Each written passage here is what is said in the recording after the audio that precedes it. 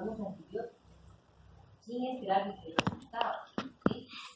Si, por ejemplo, nuestra aspiración no la podemos conseguir, tenemos que hacer una tomografía guiada, una aspiración guiada por tomografía o ecografía, que es una articulación profunda.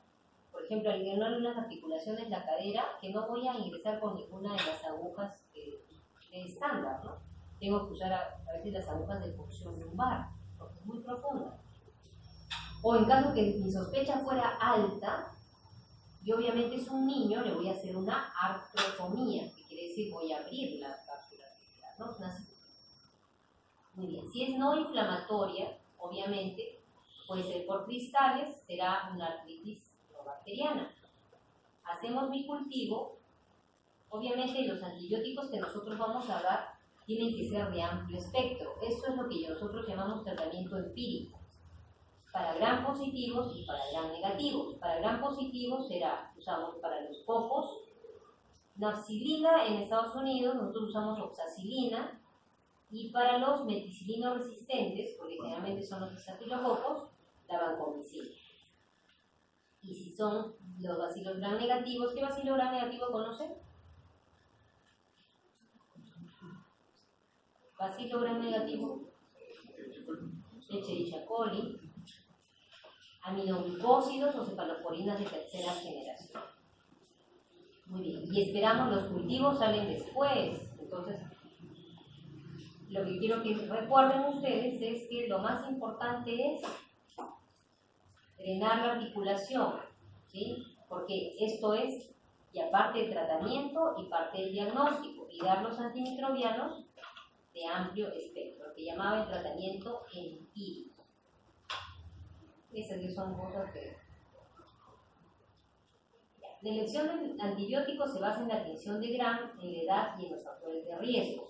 Por ejemplo, cuando el gram es positivo, la elección ya les había mencionado la capsaicina, la cefazolina puede ser también, y la vancomicina en aquellos pacientes que sean meticilinos resistentes o que tengan factores de riesgo. Por ejemplo, ¿en quiénes? En un paciente que está hospitalizado, ¿sí? Ya no le voy a dar yo una oxacilina, ¿no? Ya tiene un factor de riesgo, o en un inmunosuprimido.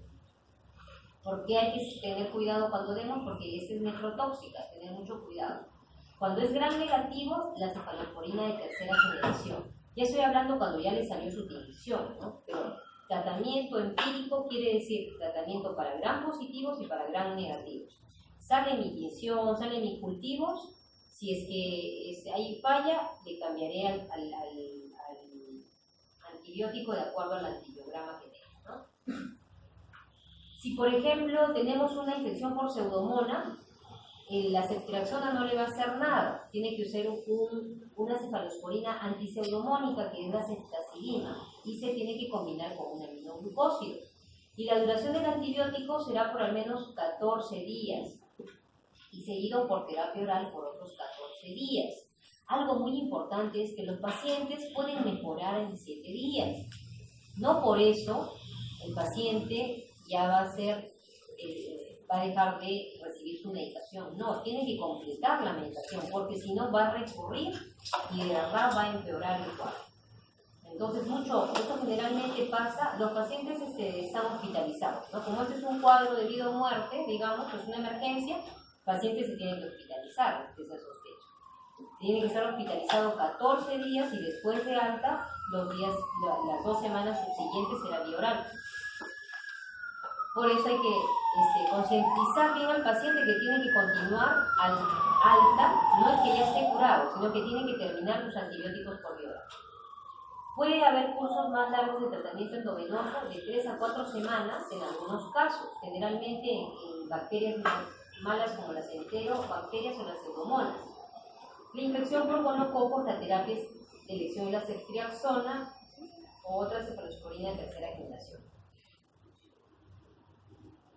Todos los pacientes con infección por gonococo deben recibir un curso de 7 días de doxiciclina para cubrir la posibilidad de infección por clamidia trachomatis. Es lo mismo. Acá, por ejemplo, nada más para mencionarles, ustedes van a tener esta presentación. Este es meticilino resistente estafilococo, obviamente vancomicina, Si el paciente hace reacción a la vancomicina, será alternativa. Estos son los de primera elección y los alternativos. ¿No? Será sulfametoxazol con rifampicina y otras combinaciones más raras, ¿no? Si tenemos meticilino sensible, oxacilina, nafcicilina, clindamicina, pero otras terapias alternativas serán cefazolina o vancomicina y así sucesivamente de acuerdo a los genes, ¿no? Muy bien, ¿qué hora es? Las 13:15, casi 15. ¿Hasta qué hora quiero acabar? 4:20. Ah, 4:20. 4:20. Sí, 4:20. Sí, 4:20. No, clase después, ¿no? Sí, 4:20. Sí, no, la verdad es hasta las 4:20. Entonces acá vamos a hablar de otro tema, que es la artritis gonocócica.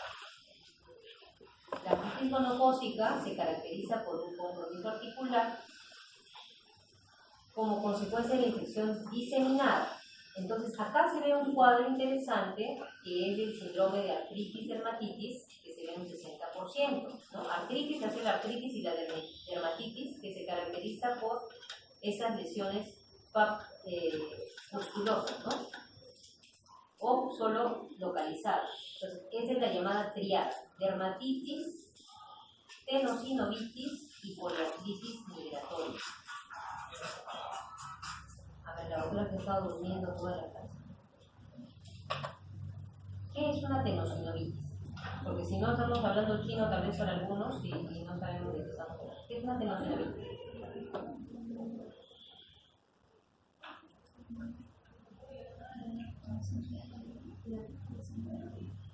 La articulación. Acá mismo, dermatitis, tenosinovitis y poliartritis migratoria. Bueno, ¿tienes un pulmón? Sí.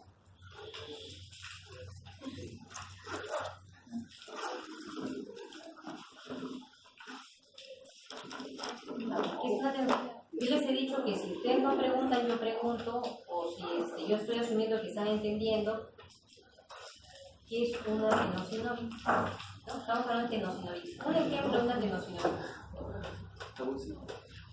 Tenosinovitis.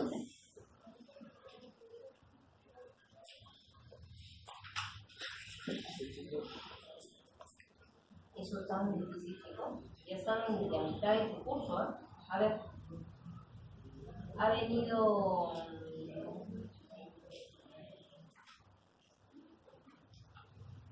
Jesús.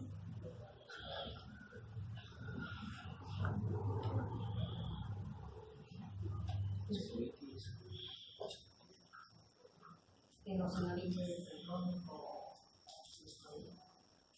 el tendón, los tendones, hay tendones, no todos los tendones. ¿Qué tienen los tendones? Un ejemplo de un tendón, a ver, con tenosinovia, porque hay algunos tendones que no tienen tenosinovia. ¿Tendón de Aquiles? Tendón de bíceps.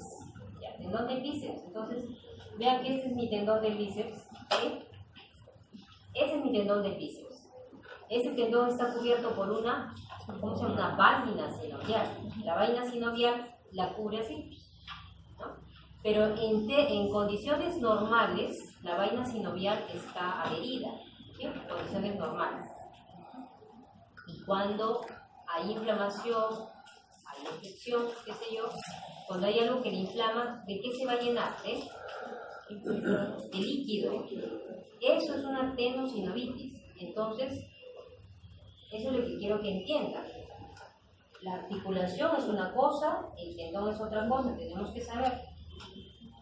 Entonces, una tenosinovitis va a ser la inflamación de la tenosinovia, ¿sí? Obviamente de los tendones que tienen tenosinovia. Muy bien, entonces la triada va a ser dermatitis, tenosinovitis y poliartritis migratoria. Acá veamos, son fotos de un paciente que tiene una artritis infecciosa. El tiempo de la infección primaria gonocócica y de la diseminada puede oscilar entre 1 día a 3 meses. pueden presentarse con artralgias migratorias que mejoran y cuál articulación se compromete generalmente la rodilla, el tobillo, el codo, la muñeca, ¿no? O sea, más de 40%. Y generalmente su patrón es asimétrico, más en miembros superiores y en articulación, y un 15% es simétrico. Muy importante, el grano de líquido sinovial es positivo en 25%, como les habíamos mencionado, y el cultivo de Thayer-Martin es el que es específico para la artritis de gonocócica. Obviamente, si usamos PCR de líquido sinovial, vamos a encontrar la leucemia, ¿no? Importante también, por ejemplo, la historia, ¿no? Porque ¿en quién se presentará la artritis gonocócica? ¿En qué grupo etario? En los adultos jóvenes. En los adultos jóvenes con vida sexual activa y hay muchos con promiscuidad, ¿no? Promiscuidad. Y además va a tener el antecedente. Si ustedes hacen la historia clínica adecuada, ese paciente va a tener también secreción. ¿Por qué tenemos que preguntar? Secreción uretral, ¿no? Ojo que la artritis gonocócica en las mujeres es mucho más difícil de diagnosticar porque no tienen la secreción uretral manifiesta como la tienen los varones. Sería el cultivo y previamente se da un tratamiento ya antiantibiótico. Si le has dado un tratamiento antibiótico, ¿qué? Claro, a cualquier paciente. ¿Me estás hablando de gonocócica o en general? En general, si le da un tratamiento antibiótico, ¿qué tan útil sería el cultivo? Sobre lo más para tener el crecimiento. Mira, hay algunos cultivos, depende de lo que tengas, con removedores de antibióticos. Hay algunos cultivos, si es que hay, eso no lo tienen todos los lugares, pero si es que es posible usar con removedor de antibiótico, ahí sí te sirve. ¿Ya? O sea, igual nosotros tenemos un paciente con infección urinaria, empezó un día o 2 días de tratamiento, igual le vamos a pedir, porque puede ser de que el antibiótico justamente que está tomando no ha hecho efecto porque es otro germen. Entonces, en conclusión, siempre que hay una infección tenemos que pedir el cultivo, teniendo en cuenta sí la consideración de que podría hacer que negativice algo, ¿no? Pero si es un germen resistente o es otro tipo de germen, siempre nos va a servir. Además, tenemos que pedirle porque si haciendo diagnósticos diferenciales, obviamente un gonococo no va a crecer en un medio común normal, ¿no? O otro germen, un hongo tampoco, ni una tuberculosis tampoco. Entonces hay que tener muy en cuenta eso. Por eso la historia clínica que ustedes hagan es importante. Ahora ustedes tienen que ser buenos historiadores. Preocúpense por hacer sus historias clínicas detalladas. No se salten, hagan ordenadas sus historias clínicas. Qué importante es que, yo les digo a los chicos en el grupo, qué importante es que ustedes cuando van a un paciente vayan con su formato de historia, el formato que tengan, pero lo hagan en orden. Porque cuando sean internos van a hacer las cosas rápidas, pero si ustedes ya tienen la sistematización en su cerebro de cómo hacer y de qué no olvidarse preguntar, vamos a hacer adecuados diagnósticos. Si no tenemos ese orden en nuestro cerebro, va a ser vamos a disparar por cualquier cosa y vamos a terminar pidiendo muchos exámenes sin tener un planteamiento diagnóstico preliminar. Entonces, sugerencia, hagan buenas historias. La anamnesis es importante para para hacer diagnósticos en medicina. Si no les gusta hacer historias, realmente es difícil ser médico clínico, ¿no? Tal vez serán de escritorio, pero no clínico. Muy bien, entonces en las imágenes no ayuda mucho, efusión, tuberculosis de tejidos blandos, ya cuando es crónica, destrucción, puede llegar a osteomielitis. Y el ultrasonido nos ayuda, ¿a qué nos va a ayudar el ultrasonido? A diferenciar la tumefacción, si es tumefacción solo de articulación o también está comprometida una tendinosis, ¿no? Y las dactilitis. Acuérdense ustedes de que la dactilitis es el dedo de salchicha, ¿cierto? Muchas veces ahí lo que nosotros podemos ver o es una dactilitis únicamente o es que hay una tenosinovitis. Acuérdense que acá nosotros tenemos los tendones extensores y los flexores en la mano, todos tienen tenosinovias, todos tienen vaina sinovial. Entonces, si se inflama acá la muñeca, ¿sí? Yo le encuentro tumefacta, clínicamente sí me parece que es artritis, pero no puedo descartar que haya una tendinosis. ¿Ya? O sea, no puedo, dentro del diagnóstico diferencial será, ¿y con qué me voy a ayudar? Haciendo un ultrasonido o ecografía para detectar. ¿Puede tener las dos cosas? Puede tener las dos cosas. La tuberculosis. Les había mencionado, la tuberculosis afecta las articulaciones de pecho, ¿no? Cadera, rodilla y la columna, conocida como mal de Koch, hace una espondilitis, hace osteomielitis, artritis séptica, tenosinovitis y bursitis. Por lo que es importante que sepan, ¿no? Y las bursas, ¿qué son las bursas? A ver, den su hoja de asistencia, por favor. ¿Qué son las bursas? Y pueden hacer abscesos de partes blandas también. Y la tuberculosis, también puede haber tuberculosis en la piel. Por eso es que yo les digo, cuando ustedes examinen paciente que está hospitalizado, no sean tan frescos y examinen así directamente. Si ustedes ven paciente ectoscopía, un paciente muy emaciado, paciente que está tosiendo, tiene lesiones en la piel, ¿no? Nadie les va a negar unos guantes de examen, ¿sí? Se ponen sus guantes de examen. ¿Por qué? Porque hay muchos pacientes que pueden hacer lesiones de tuberculosis en la piel también, ¿sí? Entonces, hay que protegernos. Ya tenemos muchos alumnos internos, residentes, asistentes que se han infectado y hay algunos que han muerto por tuberculosis. Entonces, la tuberculosis acá está en la vuelta de la esquina. Tengan mucho cuidado y por eso es importante que hagan una buena historia del paciente. Artritis reactiva, llamada PONCE, es la artritis reactiva por la tuberculosis. O sea, no es una artritis, ojo, o sea, no es una artritis infecciosa, solo es una artritis reactiva que presenta el paciente. Ahora, un ejemplo de una bursa, Geraldine Rodríguez.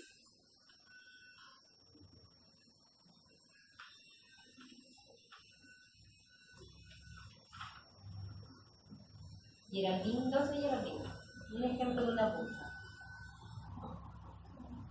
Cualquier bursa. A ver. Quiste, Sergio, cualquier bursa. Un ejemplo. ¿Qué son las bursas? Es una bolsa que contiene el fluido que está forrado por la membrana sinovial. Forrado por la membrana sinovial. Y una bursa normal, Lorena. ¿Ejemplo? Lorena, sí. De la articulación glenohumeral. A ver, una cosa es articulación, les digo, repasa anatomía. Una de las cosas que yo estoy dando cuenta es que ustedes patinan en anatomía. Si uno examina a un paciente, no puede examinar sin saber lo que está tocando, ¿ya? Una cosa es articulación y otra cosa es bursa. Yo puedo tener articulación inflamada, infectada, igual a artritis. Bursa inflamada, infectada, bursitis. Si es una bursa infectada, será una bursitis infecciosa o una bursitis séptica. De mucho cuidado, porque yo estoy preguntando las cosas y lo estoy haciendo con calma esto, porque no es cosa... Me interesa que ustedes sepan de qué estamos hablando, porque si no, leen, paporretean y eso no es la idea. A ver, una bursa Rodrigo Escalante. Está durmiendo.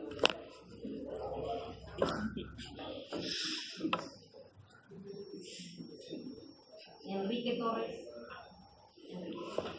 Una bursa. Masa magra. Mozo.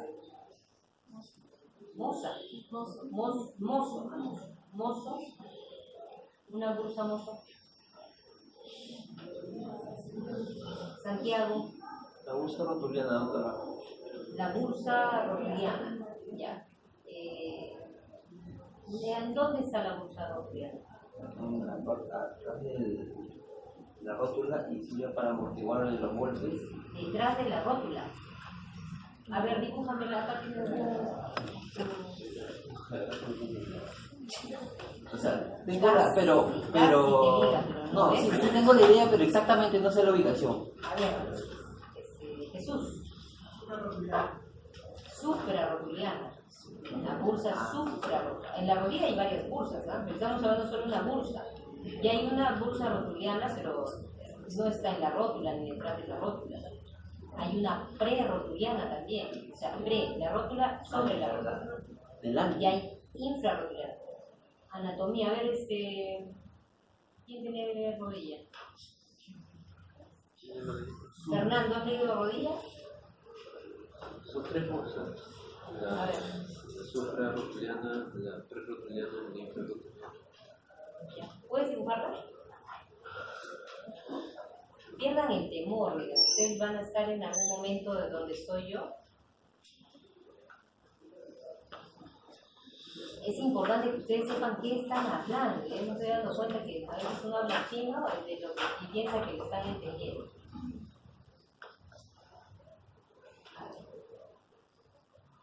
Vamos a ver una rodilla en lateral, ¿cierto?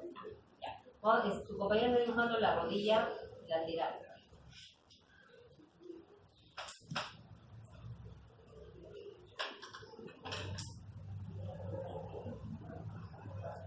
Hay una bursa. Ya, ¿esa cómo se llama? Supra. Suprarrotuliana. Ojo, la bursa suprarrotuliana es la única que se comunica con la articulación. Por eso es que cuando vemos las rodillas hinchadas, las vemos a este lado, ¿no? Porque está comprometida la bursa suprarrotuliana. La prerrotuliana, la infrarrotuliana. Muy bien, prerrotuliana, delante, ¿sí? Y la infrarrotuliana. ¿En dónde está la infrarrotuliana? A ver, ahí está todo. Ya. Está abajo. Pero ¿qué hay ahí? A ver, ¿qué hay entre la rótula y la tibia? Una cápsula de corazón. ¿Cómo se llama eso? Meniscos. ¿Dónde están los meniscos? A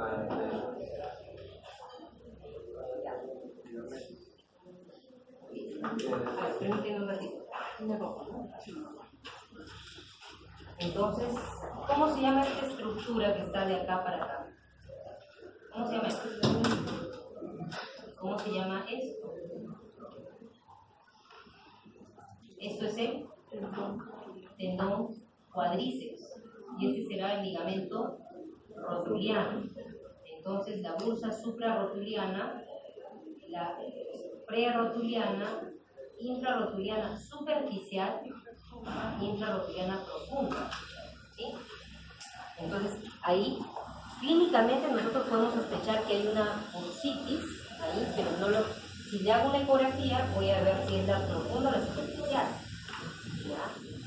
A eso nos estamos refiriendo. Y en el hombro, la gran bursa, muchos han hablado, ¿no? Los tenistas hacen la bursitis, hacen bursitis del hombro. ¿Cuál es la bursa? Subacromio subdeltoidea.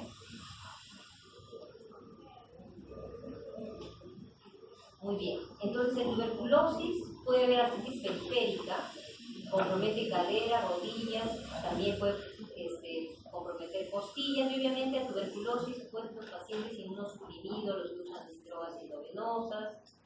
Y algo curioso es que el 25% de los pacientes con este problema describen un trauma previo. Esa es la imagen de una rodilla justamente con un paciente con una artritis tuberculosa.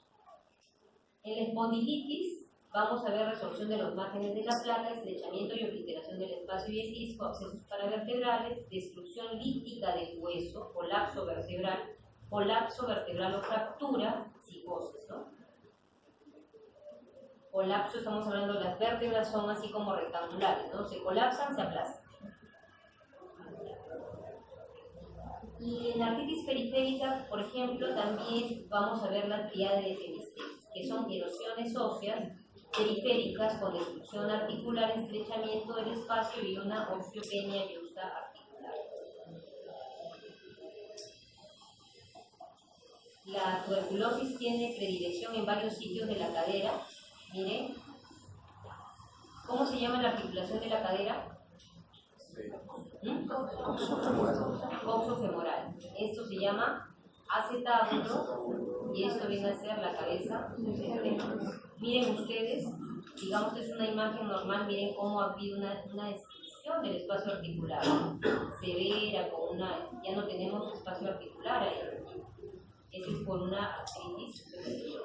Y el tratamiento, obviamente, con los fármacos que ya ustedes van a leer, que debemos conocer bien a detalle.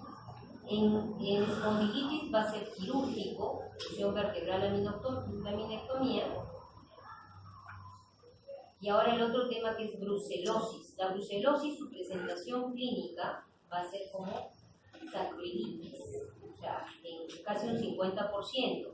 Puede haber artritis periférica en un 30-40%. Espondilitis también en un 20 a un 30%, ¿no? Como acá, por ejemplo, ¿no? Acá está el compromiso de esta es una resonancia que nos ayuda muy bien a evaluar la columna, la parte blanda y la parte de las mismas vértebras también. Puede haber osteomielitis, puede producir bursitis, puede producir artritis reactiva. Miren ustedes cómo destruyó esta vértebra la brucelosis. Y obviamente historia clínica, ¿no? También para la brucelosis. Tratamiento, igual como lo están viendo. Las infecciones micóticas son patologías raras de difícil diagnóstico. Necesitan pacientes con inmunosupresión, ya sean por todo lo que sabemos de HIV, artritis, neoplasias, con tratamientos inmunosupresores, áreas endémicas, regiones tropicales y subtropicales. Mucho ojo a áreas endémicas. Las manifestaciones clínicas son variables. Puede ser subagudo o crónico y puede presentarse así: artritis, osteomielitis, tenosinovitis, compromiso de tejidos blandos. Pueden hacer compromiso cutáneo y pulmonar. Mucho ojo. El diagnóstico definitivo requiere la demostración del hongo. Y el gol estándar es el agar, el cultivo con agar de sabudón. Y el crecimiento se ve más o menos demora, ¿no? Demora para cultivar. La histoplasmosis es una micosis profunda. Su distribución, además de Estados Unidos, nosotros tenemos histoplasmosis acá. ¿Quién me dice? Estamos en Santiago y Razaba. Santiago y Razaba. Santiago. Santiago murió. Chávez.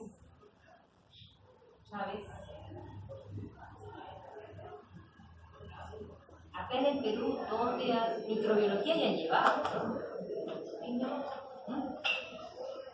Acá hay una zona que es súper conocida por histoplasma.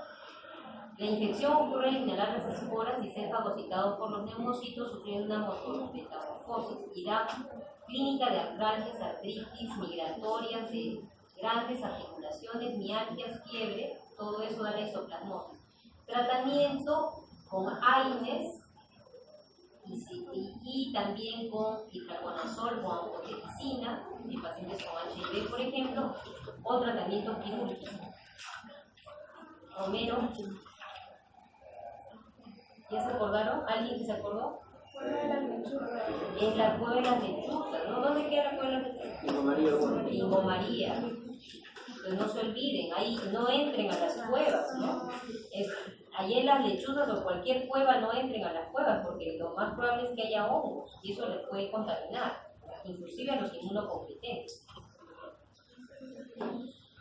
La blastomicosis, el agente es el blastomisis, ¿qué hora es? 20 para las 4. El blastomisis, que se adquiere por inhalación, igual diseminación de los pulmones, piel y huesos, y se manifiestan con lesiones osteolíticas con reacción perióstica. Los factores de riesgo: raza afroamericana y antecedentes de neumonía. Musculoesqueléticas, mialgias, artralgias, artritis un poco frecuente. Obviamente hay que hacer el examen de líquido sinovial y en la radiografía se va a ver una radiolucencia excéntrica. Tratamiento igual para todos los hongos, ¿no? Cambian de fármaco. Itraconazol o amphotericina, eso ya lo van a leer ustedes. La paracoccidioides es una enfermedad endémica en Brasil y Venezuela. Mucho ojo, ahora estamos nosotros con bastantes venezolanos, ¿no? ¿Acá hay algún venezolano?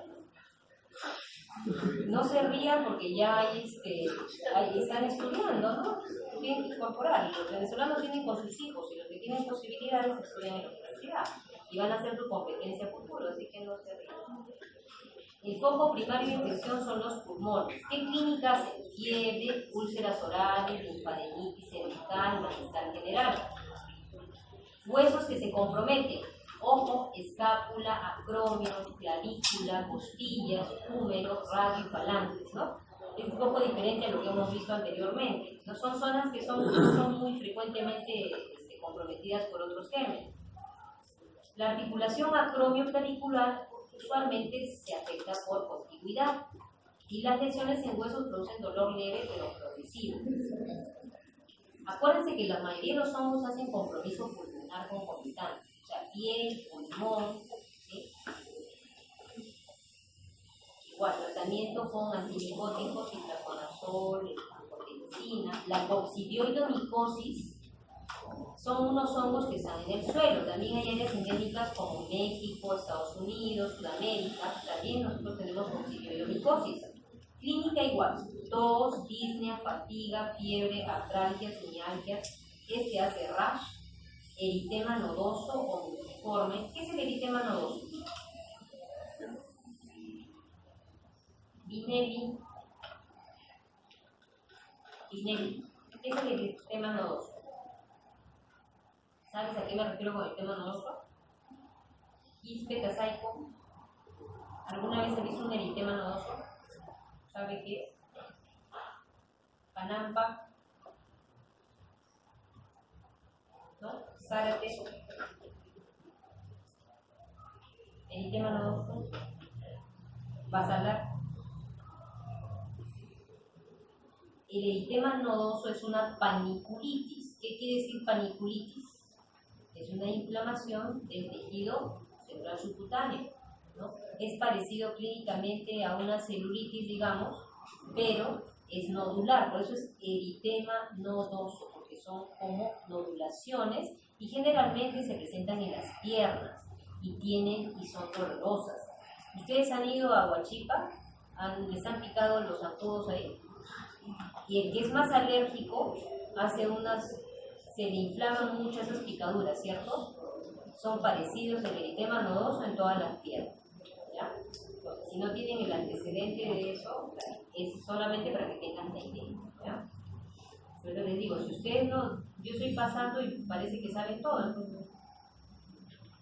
La coccidioidomicosis puede afectar la columna vertebral. Su detección es por el mundo de difusión, por látex, también por cultivos para el crecimiento del hongo, también estudio de líquido sinovial y biopsia. Ojo, ya cuando estamos hablando de estos hongos, muchas veces hay que hacer biopsias. Manejo sintomático, itraconazol, y en enfermedades severas usaremos amphotericina, que es un medicamento endovenoso, pero que es nefrotóxico también, ¿no? Y oral, posteriormente será fluconazol. La criptococosis reside en el suelo, infecta las vías respiratorias, da clínica de fiebre, tos, malestar, meningitis, por ejemplo, en HIV, y puede dar osteomielitis con absceso paravertebral. Miren, absceso paravertebral, similar a la tuberculosis y a veces artritis. El diagnóstico también es aislando el hongo en el líquido sinovial o en la biopsia del tejido sinovial. Igual el tratamiento es el mismo. La aspergilosis, su curso clínico es variable, se disemina a partir de un órgano comprometido como el pulmón, hematógeno o por inoculación iatrogénica. Su compromiso músculo-esquelético es raro, pero sí se puede presentar, y generalmente como osteomielitis o compromiso vertebral. Ya estamos viendo que hay varias que comprometen las vértebras, ¿no? No solo la tuberculosis, no solo la brucelosis, los hongos también. La mayoría de casos requiere biopsia para definir el diagnóstico. Y también se usan antimicóticos como voriconazol, amphotericina, cascopoquina. Este es lo mismo. La candidiasis. La candidiasis va a ser el resultado de una infección diseminada. Puede comprometer el hueso, la articulación y el cartílago articular. Puede llegar a osteomielitis generalmente en la columna vertebral y huesos largos, especialmente en niños. La artritis por cándida es usualmente aguda, pero puede ser crónica. Y da dos síndromes, uno de monoartritis y otro de monoartritis o poliartritis. Disculpen que no aparece en la constitución. Un segundito, estoy de lectura. ¿Aló?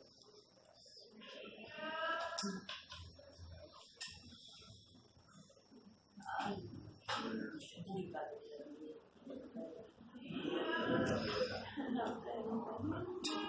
Sí, discúlpame, déjame recordar, sobre la noche, no, ya, gracias, sorry.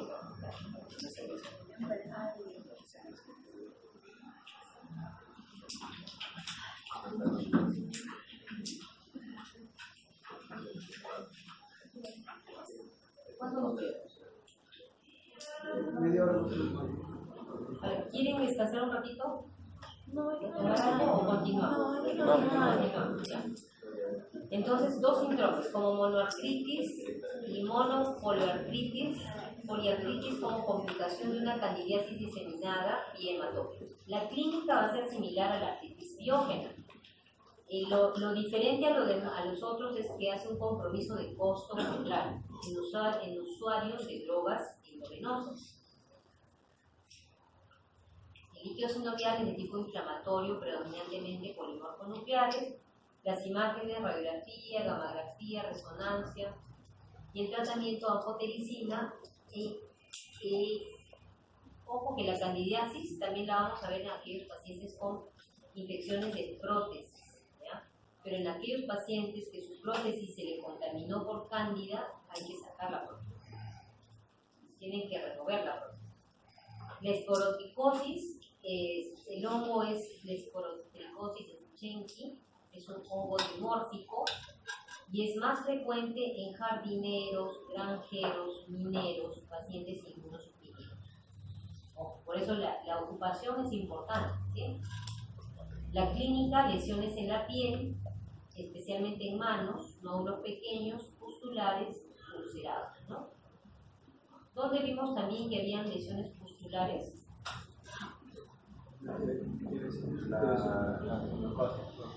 En tuberculosis, ¿qué más? En gonocócica también, ¿no? Lesiones pustulares.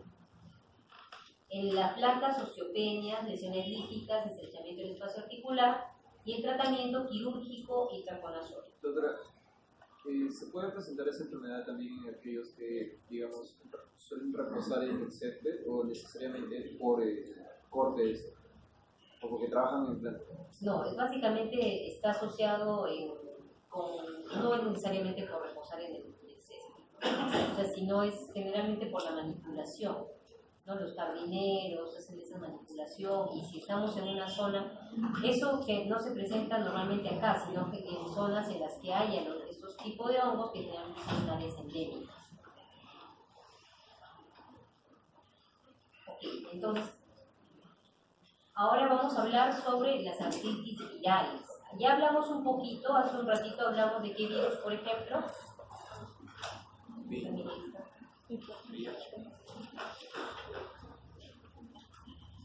Hanam Fayayame, ¿no? Hanam Fayayame. Zárate. ¿Qué virus hablamos hace un rato? Al inicio. La producción ¿Qué virus? No menciona, no es uno. Que te va a dar artritis viral. Vas a hablar uno nada más. Ya les he dicho. Están durmiendo. Parvovirus, ¿no? Parvovirus de 19. Bien. Burga,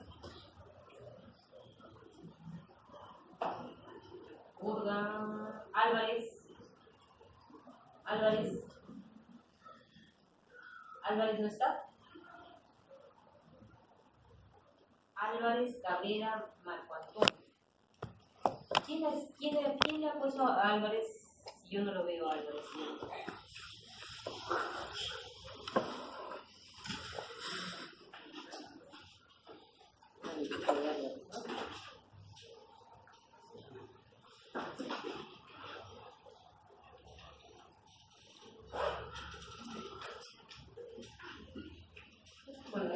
me va a obligar a tomar la lista al final, que no llego a...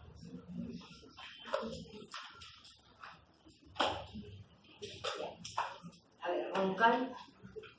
Roncal. Roncal. ¿Dónde está Roncal? Romero. No, Roncal.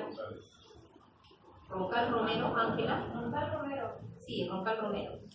Ya estamos. ¿Qué otro virus habíamos mencionado? Hepatitis B. Hepatitis B, B. Quesada. Quesada y Kenny a la una.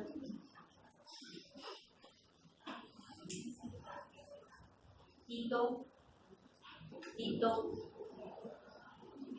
Zapata, Prado.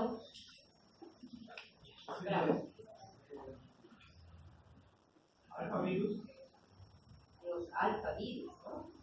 Muy bien. ¿Qué sabe de los alfavirus, Tito? No, perdón, Prado.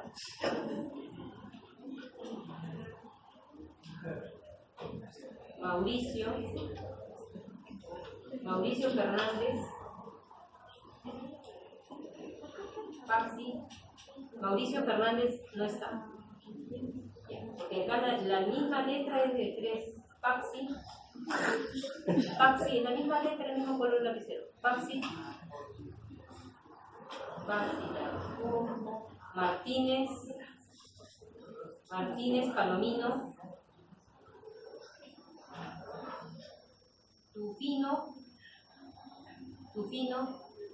Tufino tampoco. Arteaga. Presente. Arteaga. ¿Sabes algo de los virus? Citomegalovirus. No está dentro de estos, pero a ver, Artitus por virus. Ese es un tema bastante interesante, porque está de moda mismo. ¿Han escuchado el virus chikungunya, cierto? Estos todos son el virus Ross River, el virus Barman Forest, el virus Sinvis, el virus Onyono, el virus Mayaro. Entonces, el más conocido y el más estudiado hasta el momento es el virus chikungunya, ¿no? Que es el que Este virus, miren que no son pocos los casos, ¿no? Se reportan hasta cerca de 6,5 millones de casos. Y ya hay casos, hay casos que son importados ya a 40 países. Acá nosotros el año pasado hubo una alerta de este virus chikungunya acá en el Perú. Está dentro de los alfavirus, los compañeros mencionaban, y se transmite por los mosquitos. ¿Qué mosquitos? El Aedes aegyptus, por ejemplo, y otro Aedes. Entonces, Aedes aegyptus tenemos acá. ¿Cuál es la clínica del chikungunya? La fiebre, mialgias, la presencia de rash maculopapular, ¿no? Generalmente cuando el cuadro es agudo, el suceso puede producir poliartralgias o puede producir poliartritis simétrica, tipo pseudoartritis reumatoide. Mucho ojo. Compromete manos, muñecas, rodillas, tobillos y puede comprometer pies. O sea, como una artritis reumatoide que han visto ustedes en el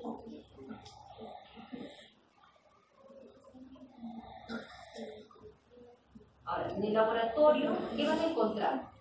A diferencia de la artritis reumatoide, solo va a haber un leve incremento de los reactantes de fase aguda. ¿A qué me estoy refiriendo de reactantes de fase aguda?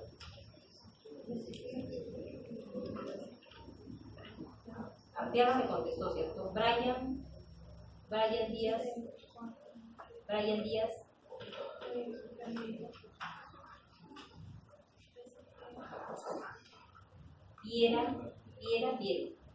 Piera, Cerdeña, Trujillo.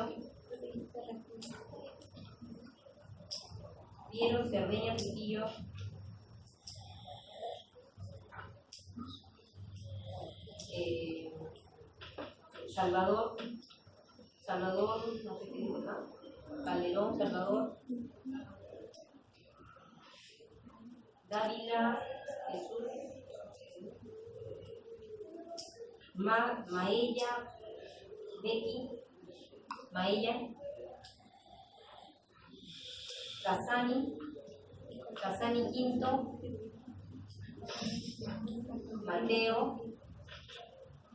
Mateo.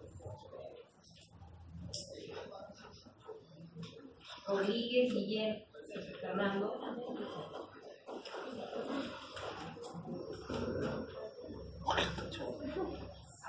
Rodríguez, Romero. Rodríguez.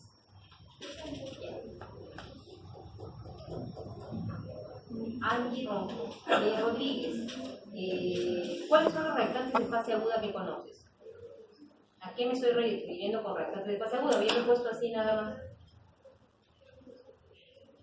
Aquí sí, Rodríguez.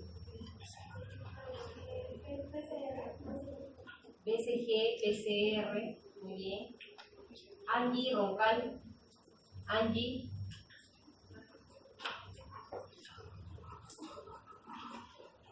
Andrés Cruzado. Estefano. ¿Qué otro reactante de fase aguda, Estefano?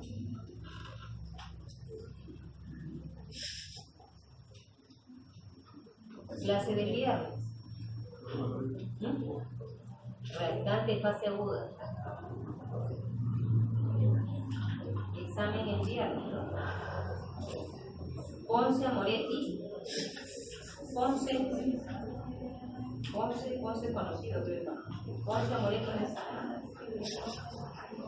Guzmán Chávez. Guzmán. Otro reactante de fase aguda que conozcas, Kevin. ¿No? Antitripsina, reactante segura, no.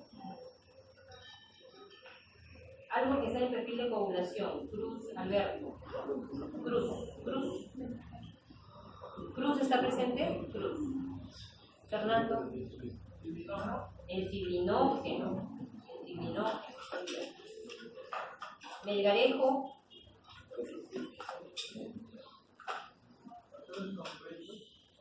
Complemento, ¿sí? Cuando están altos o cuando están bajos.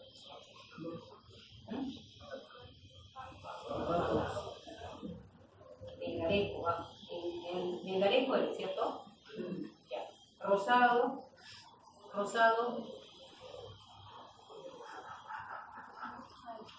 Brigitte. Camones Ramos. Brigitte.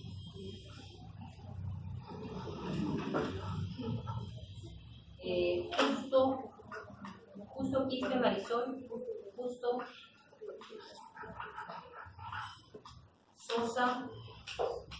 Sosa Fernández, Sosa. Lo que decía su compañero, las fracciones del complemento son reactantes de fase aguda cuando son altos o cuando están bajos. ¿Ah? Cuando están bajos. Bradley.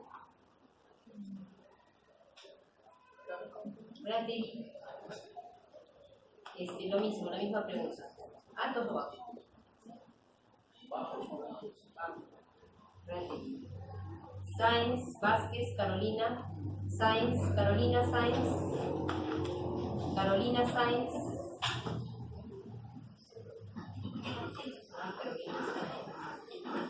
Ramírez, Saldaña, María. Ramírez. ¿Altos o bajos? Las fracciones de complemento. María creció toda la clase riendo, pero no sé.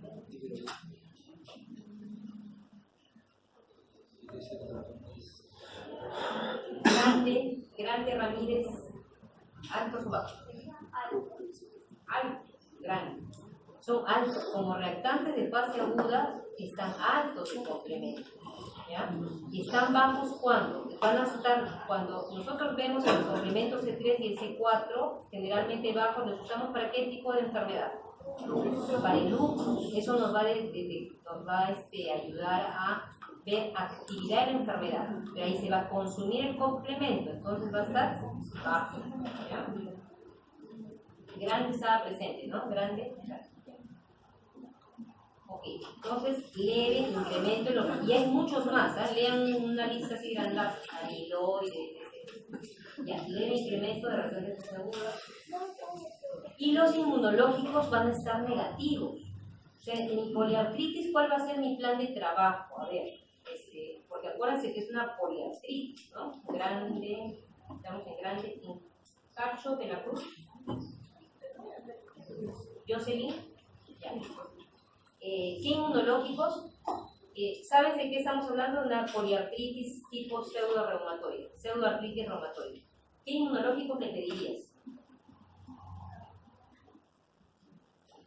¿A qué me refiero con los inmunológicos? Rojas Vilar, Rojas.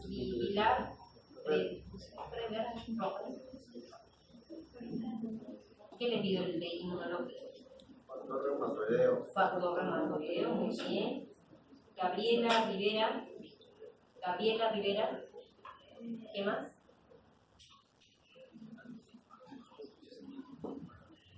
Gabriela. Luz Angélica Jiménez. Bueno, como diagnóstico diferencial, anticuerpos antinucleares. De los Ríos, Figueroa Franca.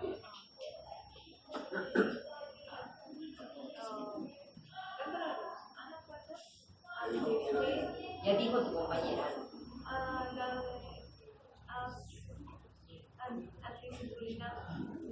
Los anti-CCP, ¿no?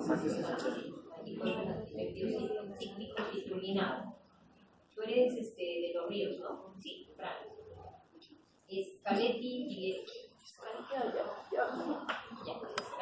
¿Qué otra cosa le pedías?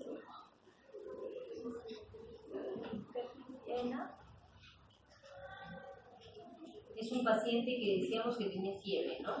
Tiene una poliartritis. Bueno, Elena ya, digamos. Sarmiento, Minaya, Scaletti le escrito a Sarmiento, ¿no? Es igualita la lista. Gómez Carrasco, Manuel Joya, Manuel Marín, Joya, ¿no? ¿Qué otro, algún otro apoyo en diagnóstico, algo que se le ocurra? Si tuviera, por ejemplo, ese paciente ardor faríngeo, tiene ardor faríngeo, está haciendo fiebre, hace artritis, ¿qué le podríamos cosechar? ¿Qué podríamos pensar? ¿Una? Muy bien, ponla. Ya, pero ¿qué enfermedad estamos tratando de descartar? ¿Una? Fuerte. No. ¿Fiebre reumática? Una fiebre reumática, diagnóstico diferencial, tu compañero está pidiendo antiestreptolicinas, ¿no? Está bien. Solís.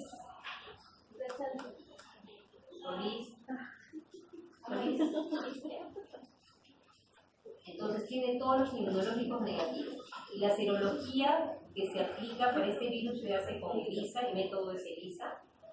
Y el tratamiento es con glucocorticoides en baja dosis. Camés.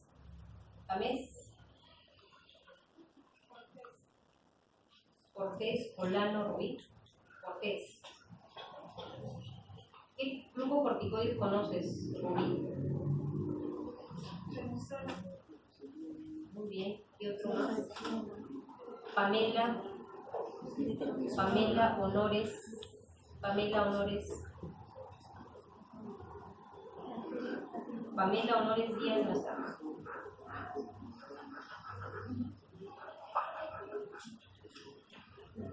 A ver, 1, 2, 3, 4, 5, 6, 7, 8, 9, 10, 11, 12, 13, 14, 15, 16, 17, 19, 20, 21, 22.